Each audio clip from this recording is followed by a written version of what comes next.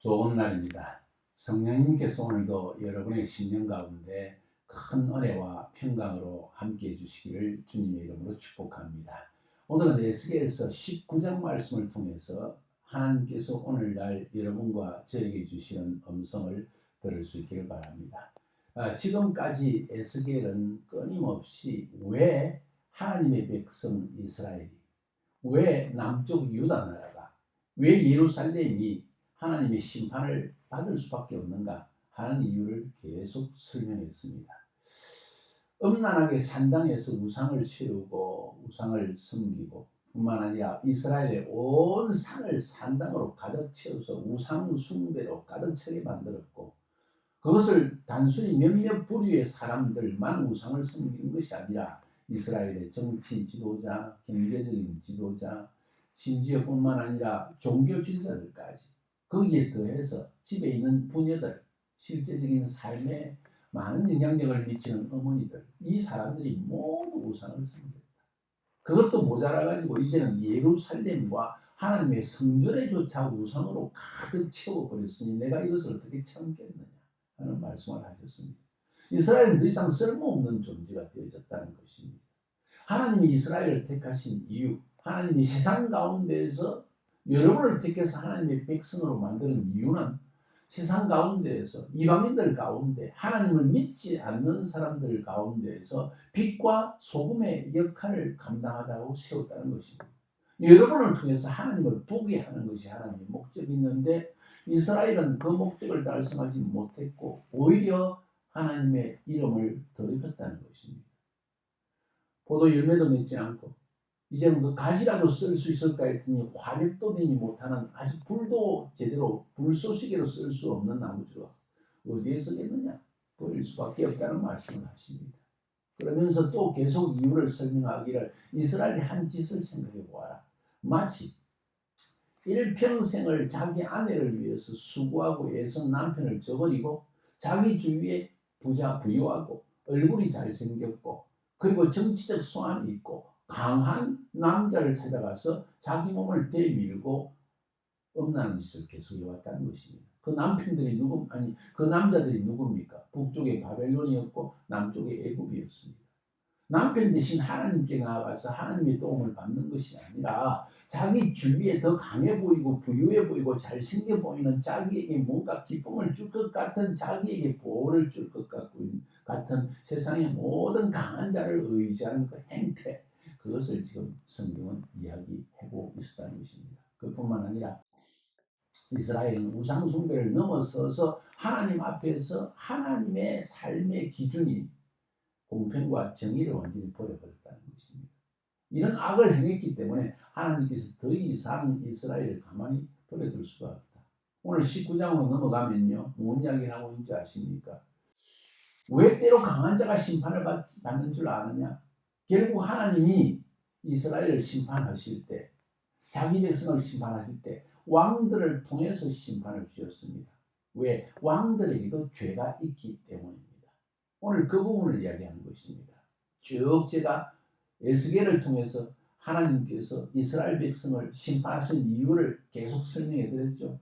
우상 숭배 그리고 공평과 정의를 버렸다는 것입니다. 자, 여기에 중요한 핵심 부분이 들어있습니다. 때로 하나님이 세우신 정치 지도자, 하나님이 세우신 그 사회의 지도자 혹은 교회의 지도자가 하나님의 심판을 받는 경우가 있습니다. 잘 기억하세요. 강한 자는 심판을 안 받을 것 같습니다. 영원히 권세가 지속될 것 같습니다. 그런데 그들도 하나님의 심판을 받아 멸망하는 때가 있다. 정신 차려라 하는 이야기를 오늘 에스겔서 19장은 우리에게 말씀해 주고 있다는 것입니다. 그래서 저는 제목을 왜 강한 자가 때로 하나님의 심판을 받게 되는가, 왜 강한 자가, 왜 정치 지도자가, 왜 교회 지도자가, 왜 한 사회의 지도자가 한때 강하고 비전이 있고 뭔가를 이룰 것 같았던 이 한 지도자가 하나님의 심판을 받아서 죽임을 당하고 멸망당하고 쫓겨나고 마는가 하는 이유를 우리에게 설명해 주고 있습니다. 여러분 한번 생각해 보세요. 강한 자들이 넘어지는 이유가 무엇일까요? 정치적 수완이 없어서? 아니라고 성경은 이야기합니다. 강력한 군사력을 뒷받침받지 못해서? 그것도 아니라고 생각합니다.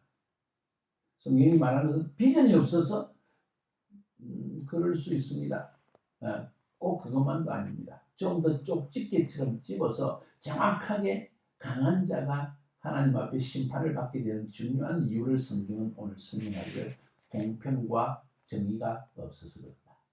공평과 정의라는 것은 히브리 말로 보면 공평이라는 말은 미슈파트라는 말이 나오는데 그것은 재판이라는 것입니다. 공정한 재판이 없다는 것입니다. 한 나라에, 한 사회에, 한 가정공동체, 한 교회 공동체 안에 바른 판단, 바른 재판이 사라지고 재판이 굽어지기 시작하면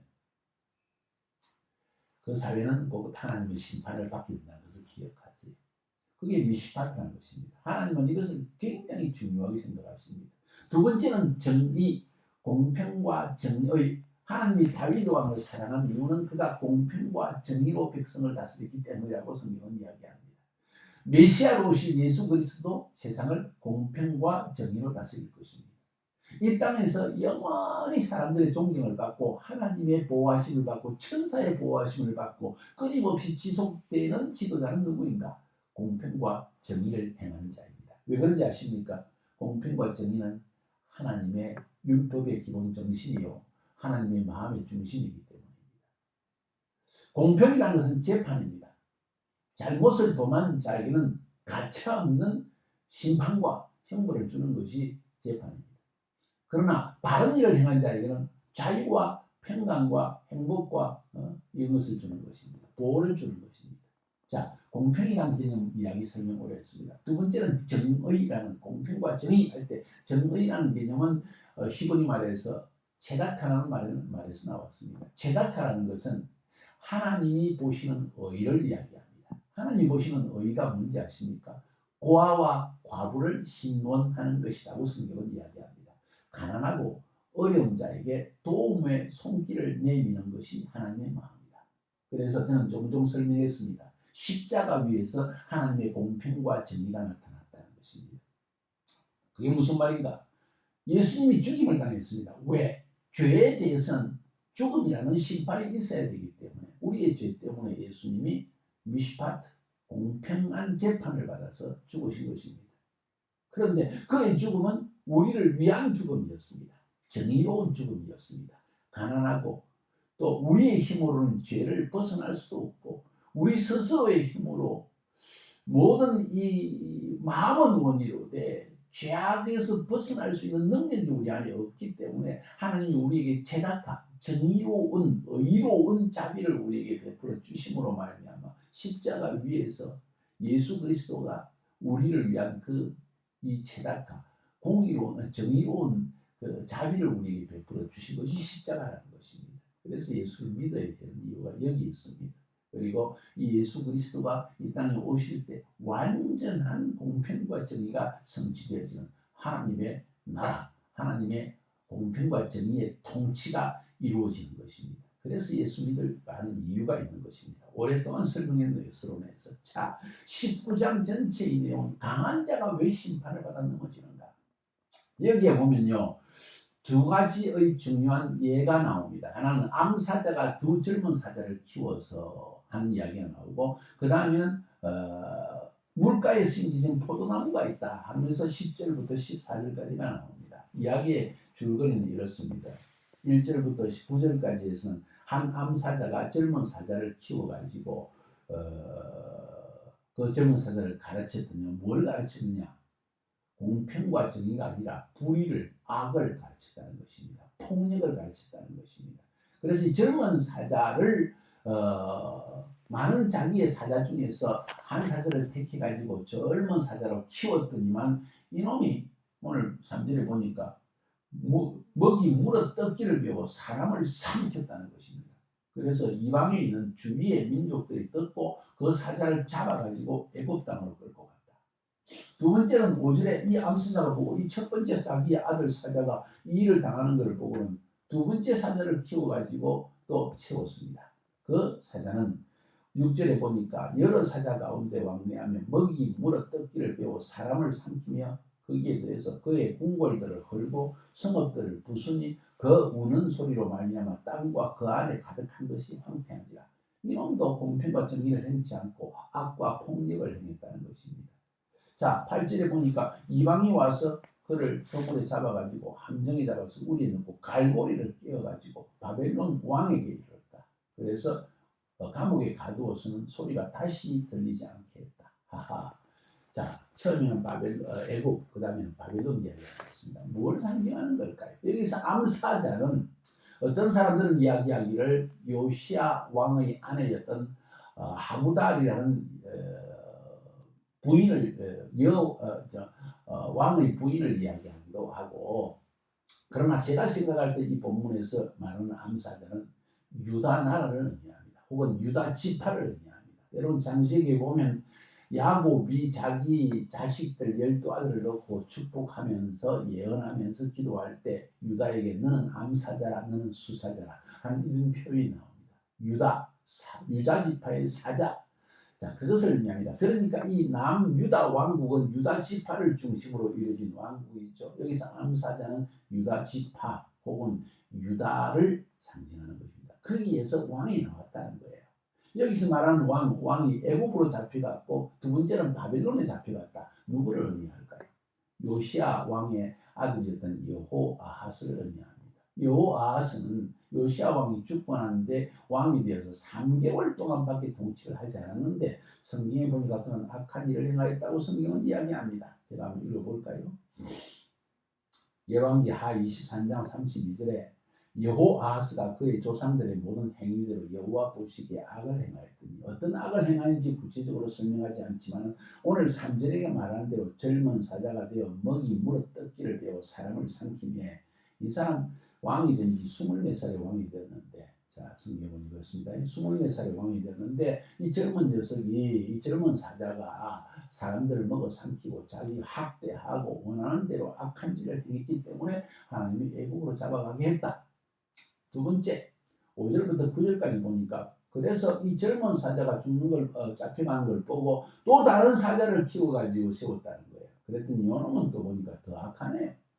6절에 보니까 여러 사자 가운데 왕래하며 먹이 물어 뜯기를 배워 사람을 삼키며 그의 궁궐들을 헐고 성읍들을 부수니 그 우는 소리로 말미암아 땅과 그 안에 가득한 것이 황폐한지라. 그래서 어떻게 했습니까? 주위의 나라들이 보고 요놈도 안 되겠네, 거물 치자, 함정으로 잡자, 깔고리를 끼워가지고 바벨론 왕에게 들어갔더라. 그래서 감옥에 가두어서 이스라엘 산에 들이지 않겠다. 이건 누구를 의미할까요? 여호야긴 왕 혹은 여고냐 왕이라고 하는 이 왕입니다. 여호아하스 다음에 여호야김이 왕이 되었고 그 다음에 여호야김의 아들인 여호야긴이 왕이 되었는데, 그도 결국은 성경에 보니까 그도 악한 일을 행했을까요? 예. 열왕기하 24장 8절 9절에 보니까 여호야긴이 왕이 될 때 나이가 18세라. 아이고 젊어요. 정말 젊어요. 예루살렘에서 3개월 동안 다스립니다. 그의 어머니의 이름은 너후스다요. 예루살렘 엘라단의 딸이었더라. 여호야긴이 그의 아버지의 모든 행위를 따라서 여호와께서 보시기에 악을 행하였더라. 여호야김 아버지의 행위를 따라서 여호야긴 아들이 또 악을 행했기 때문에 3개월 만에 바벨론의 왕이 느부갓네살이 잡아와서 평생 동안 감옥살이 하다가 마지막에 조금 감옥에 풀려나서 왕의 자리에 앉아서 음식을 먹게 되었다 하는 것이 성경의 기록입니다. 그 다음 10절 이하에서는 누구에 대한 이야기를 하고 있을까? 내 피의 어머니는 물가에 심겨진 포도나무 같아서 물이 많으므로 열매가 많고 가지가 무성하며 그 가지들은 강하여 권세 잡은 자의 규가 될 만한데 그 하나의 키가 굵은 가지 가운데서 높았으며 많은 가지 가운데 뛰어나 보이다가 분내중에 뽑혀서 땅에 던짐을 당하며 그 열매는 동풍에 마르고 그 강한 가지들은 꺾이고 말라 불에 탔더니 이제는 광야 메마르고 가물이 든 땅에 숨겨진 바 되고 불이 그 가지 중 하나에게서 나와 그 가지를 태우니 권세 잡은 자의 규가 될 만한 강한 가지가 없도다 하라. 이것이 애가라. 후에도 애가가 되라. 이스라엘 향해서 슬픈 노래를 좀 불러라. 장송곡을 불러라. 장례식에 부르는 노래를 불러라. 왜? 곧 죽게 될 것이기 때문이다. 망하게 될 것입니다. 왜 망하는가? 그 이유를 전반적인 설명을 10절부터 14절까지 하는데 이것은 엄격히 말하면 시드기야 왕에 대한 이야기입니다. 여호야긴 왕이 앞에서 바벨론 왕에게 잡혀가고 난 다음에 바벨론 왕 느부갓네살이 그 이스라엘 포도나무는 이스라엘을 상징하죠. 그 가운데 수많은 가지가 있다는 것은 수많은 굵고 강한 가지가 있다는 것은 왕이 될 만한 귀족들이 많이 있다는 거예요. 그 중에 한 사람이 시드기야를 뽑았습니다. 이 시드기야도 요시야 왕의 아들이기도 합니다. 막내 아들입니다. 이 시드기야는 여호야긴 왕의 삼촌이기도 합니다. 그래서 그 사람을 세워가지고 이제 이 사람을 통해서 이제 좀 이스라엘이 살아나나 했는데 포도나무가 그러지도 못했다는 거예요. 오히려 이방 나라가 와서 분노 중에 뽑혔다. 느부갓네살 왕이 시드기야 왕을 분노하면서 그를 잡아가지고 동풍에 마르겠다. 동풍은 뭐냐? 바벨론을 지향합니다. 바벨론은요, 아수리아는 북쪽에 있었지만 바벨론은 이 아수리아의 동쪽에 있어. 그러니까 이스라엘의 입장에서 보면 이 바벨론은 북동쪽에 있는 나라입니다. 대제국입니다. 동풍에 말라버렸다 하는 것은 바벨론이 와서 쳐버렸다는 것이죠. 그 강한 가지들을 꺾이고 말라 불에 탔고 이제는 광야 메마르고 가문 땅에 심겨진 바 되었다. 이스라엘이 심겨진 바 되었다. 이 말은 완전히 포로로 바벨론 광야 땅에 심겨지게 되었다는 것을 의미합니다. 불이 그 가지 중 하나에게서 나와 그 열매를 태우니 이 유다 나라 가운데에서 하나님 앞에 범죄하고 또 바벨론 왕의 분노를 사게 한 왕이 튀어나와 가지고 결국은 이 포도나무가 완전히 불타게 되었는데 그 이후로는 권세 잡은 자의 규가 될 만한 강한 가지가 없다. 이 말은 왕이 안 나왔다. 이런 이야기입니다. 이것이 이스라엘의 운명입니다. 그러면서 이스라엘의 운명에 여기에 왕의 운명을 함께 연결시켰습니다. 강한 자가 하나님의 심판을 받게 되었다는 이야기를 하고 있는 것이지요. 여기서 오늘 19장 전체를 살펴볼 때 그런 이런 강한 자 왕들이 하나님의 심판을 받은 이유가 뭐냐는 거예요. 그것이 오늘 본문의 중요한 핵심입니다. 앞에서 제가 이미 말씀드린 것이죠. 그들에게 정치적 수완이 없어서 아니요. 군사적인 어떤 뒷받침을 받지 못해서 그것도 아니에요. 비전이 없어서 그것도 아닌 것 같습니다. 중요한 것은 하나님 앞에서 백성을 공평과 정의로 다스리는 마음이 있어야 되는데 백성을 다스리는 자가 오히려 포악하고 학대하고 공평, 재판이 사라지게 하고 공평한 재판 그리고 정의, 하나님의 의가 가난하고 어려운 자들을 돕는 그런 법을 세우고 그들을 인도하는 것이 아니라 자기의 야심과 자기의 이념, 이데올로기를 위해 살았기 때문에 결국은 이런 하나님의 심판을 받게 됐다는 이야기입니다. 시대를 통해서 이런 왕들이 많습니다. 시대를 통해서 이런 지도자가 많습니다. 하나님의 심판을 결코 피할 수 없을 것입니다. 오늘 이 말씀을 들으면서 오늘 우리의 삶에 한번 적용시켜보고 또 서로 한번 대화를 나눠봅시다. 여러분의 가정에, 교회 안에, 나라 안에 이런 지도자는 없습니까? 만약 그렇다면 심판은 피할 수 없는 것입니다. 역사는 이것을 우리에게 가르치고 있고 성경은 우리에게 그것을 가르치고 있습니다. 공평과 정의, 이것이 하나님 앞에 살아가는 하나님의 백성의 삶의 라이프 스타일이 되어야 하는 것입니다. 여러분은 공평과 정의의 삶을 실천하고 있습니다. 승리하시기를 주의 이름으로 축복합니다.